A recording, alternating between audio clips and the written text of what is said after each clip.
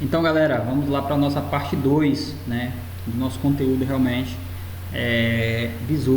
medidores de nível, tá? Nós já falamos sobre visor plano, né, transparente, tá bom?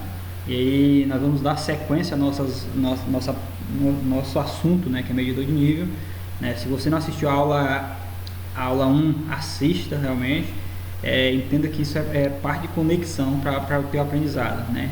E seguindo uma sequência lógica vai ficar mais fácil o entendimento, né, por parte de vocês, tá bom? Vamos dar seguimento às nossas aulas, tá? E a gente vai falar sobre medidor de nível tipo flutuador, tá? Então, o medidor de nível com flutuador interno, né? Neste medidor de nível, o dispositivo esférico é colocado, né, a flutuar no tanque. Então, aqui nessa figura, né?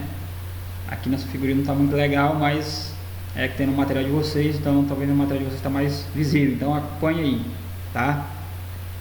E seu movimento vertical é convertido pela alavanca em movimento rotativo para o indicador externo, né?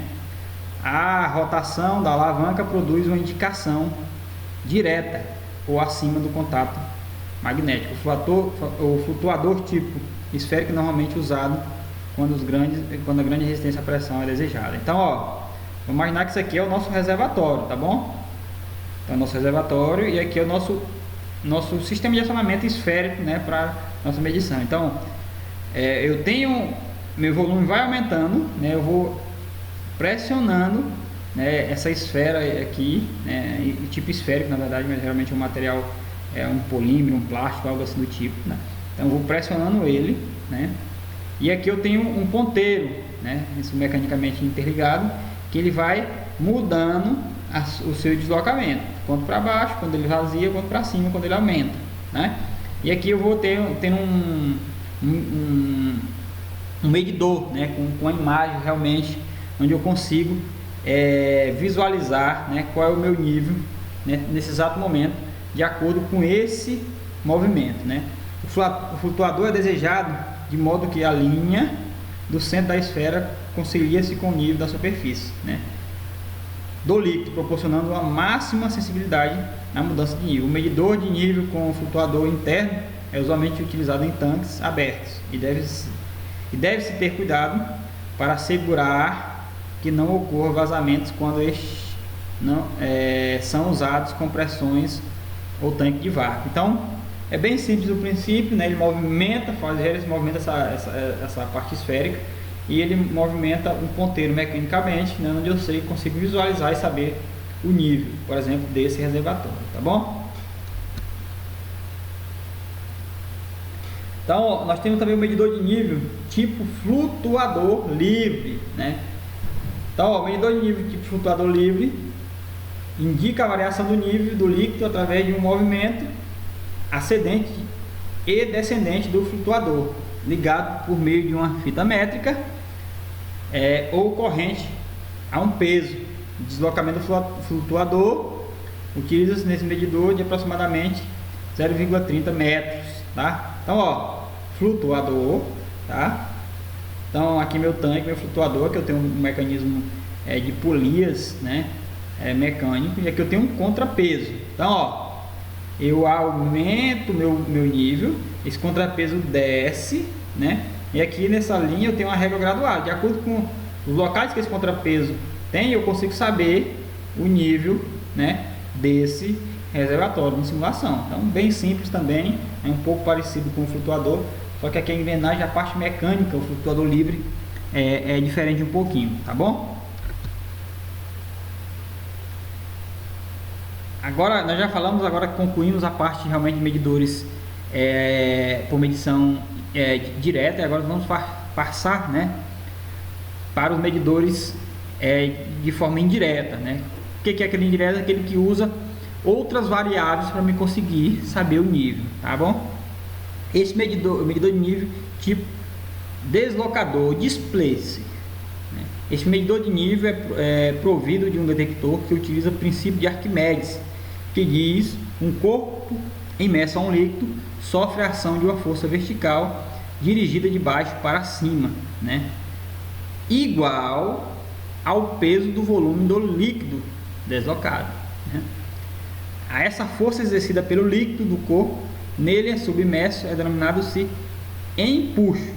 Será maior quando maior for a densidade do líquido. Então, com maior densidade, né, maior é esse empuxo, essa força, né?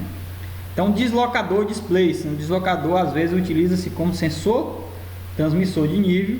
Tem a forma de um cilindro ou, né, fabricado de materiais com aço inox 304 ou 316, né? Aqui nós temos a sigla em inglês Monen Hastily Teflon ou sólido, né, e etc. A escolha do material adequado é determinada principalmente pela temperatura e poder corrosivo do fluido, né? Então, a temperatura do fluido que você está trabalhando, do líquido que você está trabalhando, e o poder corrosivo, né, ele influencia na escolha do material, né? No interior do cilindro faz necessário não são depositados contrapesos granulados a fim de ajustar o peso do deslocador, uma vez que o empuxo aumenta com o percentual da imersão, segue-se que o peso aparente do deslocador se reduz com o aumento do nível. Então aqui a gente vai conseguir visualizar agora, né, o medidor de nível aí, que é o displace, tá bom, galera? Então o medidor displace, além de padronizar, né, do comprimento, alguns fabricantes adotam um volume de referência da figura, né, 3.10 para deslocadores. Isso porque fixa a elasticidade do elemento, né, de sustentação e a densidade do líquido, né, nos processos. O alcance do sinal de entrada do transmissor é completamente determinado pelo volume do deslocador. Então, ó, vamos entender aqui. Então, a alça do deslocador, né, da haste, a haste, né, e o deslocador. Aqui o comprimento do deslocador. Então, ó, o tamanho do deslocador influencia, né? Então, para aqui no reservatório que você vai trabalhar, tá? Então, aqui é nosso reservatório e aqui eu tenho o sensor de maneira geral, tá? Então, ó, de acordo com esse nível aumentando, esse cara, né? Ele tem-se tem um deslocamento, né?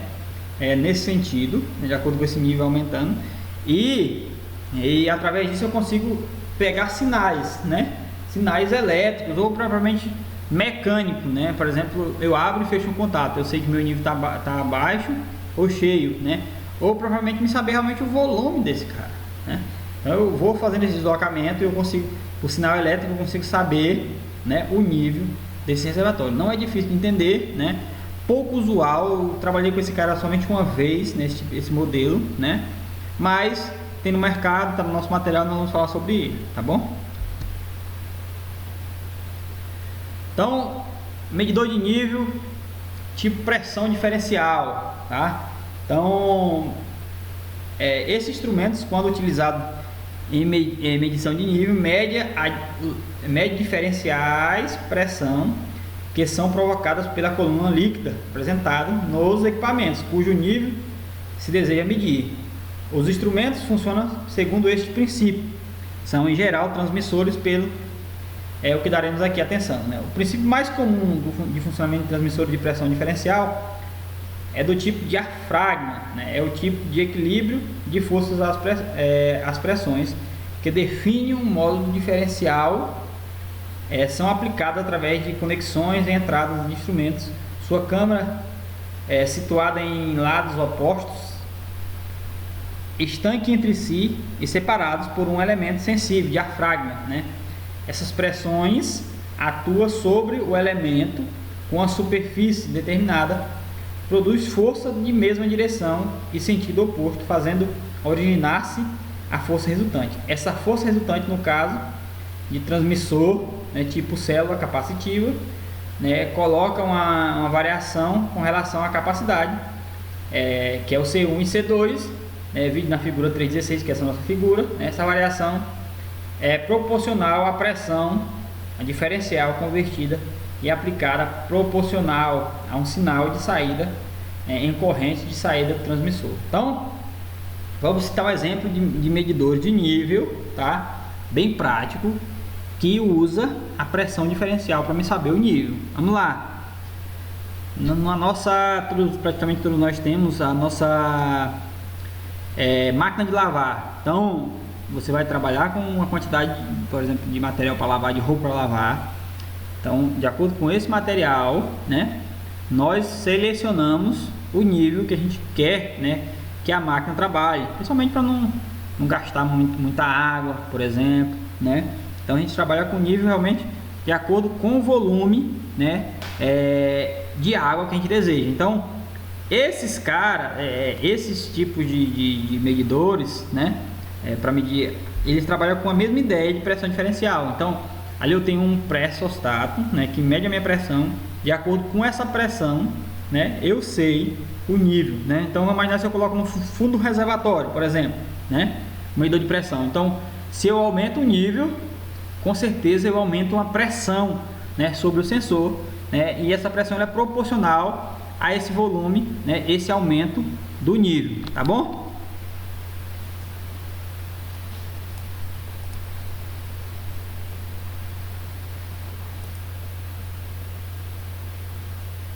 E agora nós vamos falar sobre o medidor de nível tipo borbulhador, tá? É muito usado também, eu já trabalhei com ele.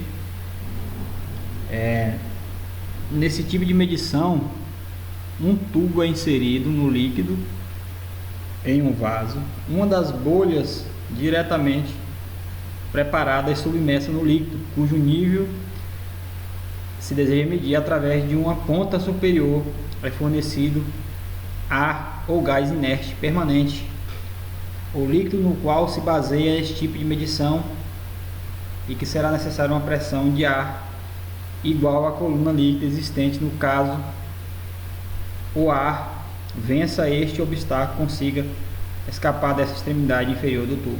Então, ó, a gente tem aqui uma ideia. Vamos imaginar que aqui é um reservatório, né, como nos mostra aqui a imagem, e aqui eu tenho eu insiro, né, ou eu coloco, né, um ar inerte, né, nessa ponta desse fluido, e de acordo com essa pressão, né, que eu tenho que eu pressiono esse ar, né, que ele borbulha até sair o final aqui desse reservatório, né, de acordo com essa pressão eu consigo saber, né, o nível desse reservatório, porque quanto maior a pressão, maior o nível, porque o meu borbulhador está inserido no fundo. Para me vencer até o final eu tenho que ter mais pressão se o meu nível estiver maior, e assim sucessivamente. Quanto menor pressão, e através dessa pressão eu consigo saber, né, o nível do meu reservatório.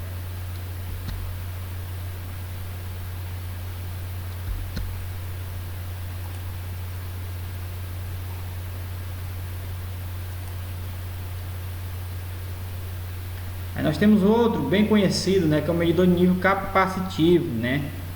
Um capacitor consiste em dois condutores, denominados placas, separados por um material dielétrico. Dielétrico quer dizer isolante.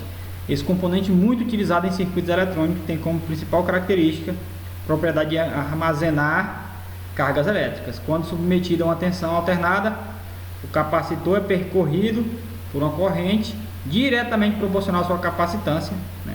A capacitância é função à área das placas, da distância entre elas e da constante dielétrica do meio entre as placas. Então, aqui nós temos um desenho um pouco característico, né, do medidor de nível capacitivo. E aqui nós vamos ter mais um desenho, né, mais, como posso dizer assim, mais técnica, mais prática da coisa. Ó, à medida que o nível do tanque for aumentando, o valor da capacitância aumenta progressivamente. À medida que o dielétrico e o ar é substituído pelo dielétrico líquido a medir, né? A medição de nível por capacitância admite ainda uma segunda variante em termos de sonda capacitiva. Pode-se usar também o princípio do capacitor placas paralelas. Então, ó, imaginar que aqui nós estamos no reservatório, né? E eu tenho os capacitores aqui, né, nessa é uma vareta realmente capacitiva. E de acordo com o meu nível aumentando esse reservatório, né, eu mudo, né, o meu valor de capacitância. Eu aumento, né, a capacitância. De acordo com esse aumento, eu consigo saber o nível do reservatório. Basicamente, o medidor capacitivo ele trabalha dessa forma. Então, nós temos outro também muito conhecido, já trabalhei bastante, né? Talvez um dos que mais eu trabalhei, que é o medidor de nível tipo ultrassom, né? Alguns chamam ultrassônico, né? Vamos falar ultrassom. Ultrassom é uma onda sonora mecânica cuja frequência de oscilação é maior que a queda sensível pelo ouvido humano, isto é, acima de 20 kHz. A geração ocorre quando uma força externa excita a molécula de um meio elástico de excitação e é transferida às moléculas por meio de uma velocidade que depende da elasticidade e a inércia da molécula. A propagação do ultrassom depende, portanto, do meio sólido, líquido ou gasoso. Assim sendo, a velocidade do som é a base para a medição através da técnica de eco usada nos dispositivos ultrassônicos, né? Então a gente vai entender agora o princípio, né, de como funcionam os medidores ultrassônicos. Os medidores ultrassônicos ele é baseado na ideia realmente do morcego, tá bom, galera? Então o morcego, para ele se localizar, ele emite uma onda sonora, né? Emite uma onda sonora e de acordo com essa onda sonora, ela encosta ou bate em alguma coisa, ela reflete de volta para ele. De acordo com essa velocidade que ela reflete, que ela chega até ele, ele sabe a distância que ele está de um obstáculo, ou de uma presa, ou de alguma coisa do tipo, entendeu? Então vamos imaginar o seguinte, ó, medidor ultrassônico, eu emito uma onda sonora, né? Meu líquido está aqui, tá? Meu líquido está aqui. Então eu emito a onda sonora, de acordo com essa onda bateu aqui no líquido, ela retorna. De acordo com essa velocidade, eu sei o nível do meu reservatório. Se o meu nível estiver bem baixinho aqui, por exemplo, essa onda sonora ela vai vir até aqui, tá? E ela vai demorar muito mais tempo para retornar do que na posição que ela está aqui nesse local aqui, entendeu? Então, ó, emito minha onda sonora, de acordo com esse retorno, essa velocidade do retorno, eu vou saber no nível. É claro que é calculado. Muitas vezes assim, o medidor ultrassônico muitas vezes para sólido não é bem legal, porque o sólido muitas vezes ele acumula, não é uniforme, então muitas vezes essa medição de nível real ela pode ser afetada. Então para líquido ela tem super bem, né? Gases também vamos ter dificuldade para medir. Então para líquido de maneira geral é um medidor bastante usado, tá bom, galera? Outro medidor, né, que a gente usa, né, eu particularmente já trabalhei com ele também, é o medidor radioativo, né? É isso mesmo que vocês estão pensando, né? O princípio realmente é radioativo mesmo. Os sistemas radiamáticos são utilizados para a medição de nível de líquidos, polpas ou sólidos granulados em aplicações onde nenhuma outra tecnologia disponível pode ser aplicada, tá? Esse sistema consiste de uma fonte de emissão de raios gama, tá? E um detector tipo câmara de ionização ou oscilação. Há uma unidade eletrônica, conversora, transmissora de nível, transmissora de sinal. A fonte normalmente é de césio 173, extremamente radioativo, né? Extremamente, o césio 173 ele é extremamente maléfico à saúde humana, né? A gente sabe que aquele acidente que aconteceu lá no Goiás há muito tempo era esse componente, né? O césio 173, que aquelas pessoas encontraram de fazer radiografia, né? De um escritório odontológico, né? Então foi para sucata, as pessoas realmente até hoje lá, depois de muito tempo, ainda tem pessoas que estão afetadas, né? Pelo césio, então de forma radioativa, gerando várias complicações realmente para o corpo humano. E é alojado uma capa de aço inox blindada com chumbo e ferro fundido, deixando desbloqueada para a emissão de raios gama um ângulo de 40 graus, a medição contínua, ou 7 graus de medição pontual, tá bom? Então lembrando, medidores radioativos, é usado, principalmente quando nenhum outro tipo daquilo que a gente já falou aí para trás, né, ele pode ser usado. Por quê? Eu tenho um problema, posso afetar realmente a segurança, a saúde das pessoas que estão operando o meu sistema e dando manutenção no meu sistema. Então, é um medidor de último caso, né? Vou citar exemplos aqui no próximo slide. Vou citar exemplos de um caso que eu conheço, né, que eu já trabalhei, que usa o medidor radioativo, tá bom?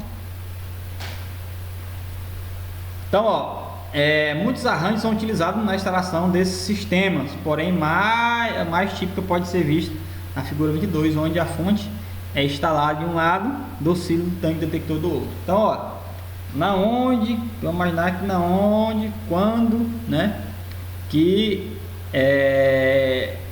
é usado, onde que você conhece, por exemplo, professor?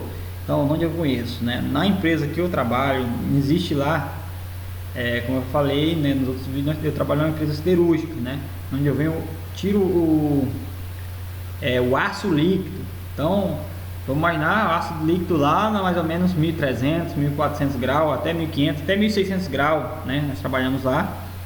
Então, vamos imaginar o seguinte: para me encontrar, a gente pode imaginar algum outro material que possa fazer a medição, né, desse tipo de nível, por exemplo, é muito complexo, né? Muito complexo mesmo, né? Principalmente afeta a temperatura e vários outros fatores, né, que iria afetar diretamente, né, a minha medição de nível. Então lá foi se adotado, né, foi de maneira mais que a gente conseguiu encontrar, que foi encontrado realmente pelo projeto, né, não foi eu, né, pelo projeto da empresa, que é o medidor de nível radioativo. Então, ó, a fonte radioativa ela fica aqui, tá? Então aqui eu emito os raios, né, no ângulo de 40 graus, e eu emito os raios, e o que acontece? Vamos imaginar que nós estamos medindo o aço. Se meu aço estiver aqui, né, meu aço estiver nesse nível aqui, ó, então praticamente aqui eu sei o nível, porque ó, eu estou emitindo aqui meu nível mais baixo, né, e aqui meu detector, de acordo com quando eu percebo essa quantidade de raios aqui, raios gama, né, eu consigo saber o nível, tá? E não me dá um sinal elétrico de 4 a 20, de acordo com que 4 é o meu menor nível, né, e 20 é o meu maior nível. Então, se eu tiver meu nível estiver aqui, eu estou recebendo um sinal de 20. Se meu nível estiver aqui embaixo, estou recebendo um sinal de 4 mA. De acordo com esse sinal elétrico, né, eu consigo saber o meu nível. Então, meu nível subiu, né? Minha quantidade de raios gama na minha placa detectora, ela vai diminuir. Então, eu tenho um sinal, aí eu consigo saber, né, através disso. Aqui tem uma exemplificação mais prática, mas o princípio de funcionamento basicamente é esse, onde eu trabalho, que é na medição do nível, né, de aço líquido na minha panela. Então, de acordo com o meu nível aumentando, eu evito passagem dos raios, e eu vou evitando a passagem dos raios, e de acordo com essa limitação da passagem do raio, eu consigo saber o meu nível, tá bom? Aqui nós vamos ter também informações, né, qual é a vantagem e desvantagem desses medidores, né? A intensidade da fonte é calculada considerando a distância da mesma ao detector e a espessura do material da parede, e o produto já comprimento do detector considera o alcance da medição desejada, né? Algumas aplicações desse sensor de radiação: tanques agitados, autoclaves porque é muito químico, tá bom, galera? Reatores de alta e baixa pressão, então reatores também, vaporizadores com vácuo, tanque de produtos quentes, né? No caso é o que a gente trabalha, né? Que é o aço líquido, né? Canos, tanque de abastecimento, reatores de leite fluidizados, né? Então são algumas aplicações que o cara usa os medidores de nível radioativo, né?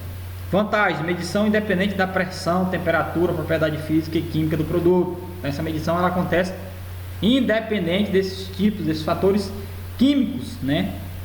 E a medição de nível contínua, e não existe contato com o produto a ser medido. Então não tem contato, então a probabilidade de afetar os meus instrumentos é muito pequena, né? Uso de fonte de radiação em forma laminar, né, que permite linearizar do sinal de medição, né, compensação imediata quando a radiação se desintegra, né? Elevada exatidão em situações de outros níveis, de nível principalmente relacionado a nível de falha, né? Pode ser usado para medição em condições mais adversas, por exemplo, com produto altamente viscosos, corrosivos e de alta pressão e temperatura. Então essa é uma das vantagens, são essas vantagens que o medidor radioativo tem. Desvantagem: só pode ser utilizado em último recurso. Quando for impossível a aplicação de outros métodos de medição, este aparelho é extremamente caro. Além de caro, então você necessita de um controle, né? O controle, existe normativas, principalmente para trabalhar com componentes radioativos, muito específica, muito criteriosa, tá bom, galera? Então, assim, medidor radioativo funciona, né? Mas ele tem que ser bem estudado, né? Bem analisado, bem criteriado. Então as pessoas que trabalham realmente diretamente com esses medidores e dão manutenção a esses caras, eles necessitam de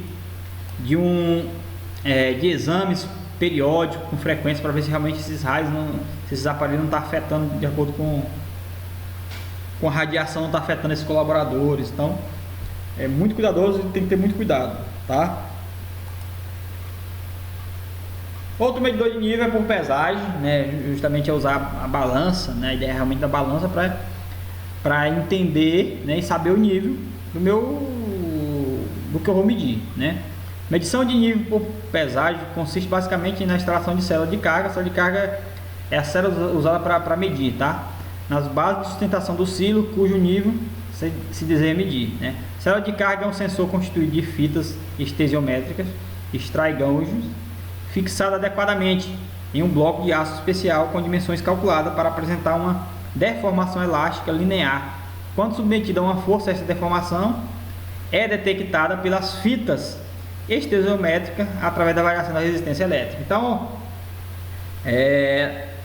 a célula de carga, né, que varia, né, minha resistência elétrica de acordo com a minha carga, e com isso eu consigo saber o meu peso, né? A gente pode dizer assim, meu peso desse local. De acordo com o meu peso, é claro, com cálculo matemático, eu consigo saber, né, o meu nível.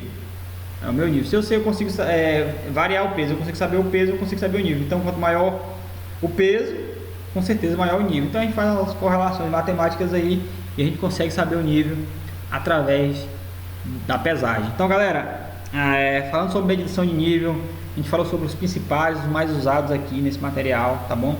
Eu tenho experiência na grande maioria, espero ter conseguido atingir, né, os objetivos de ensino, né, dessa parte, e a gente vai agora passar para outra variável. Então, qualquer dúvida, nos informe, fale nos comentários aí, me procure como professor realmente, e a gente espera ter atingido o objetivo. Então, até o próximo vídeo, galera.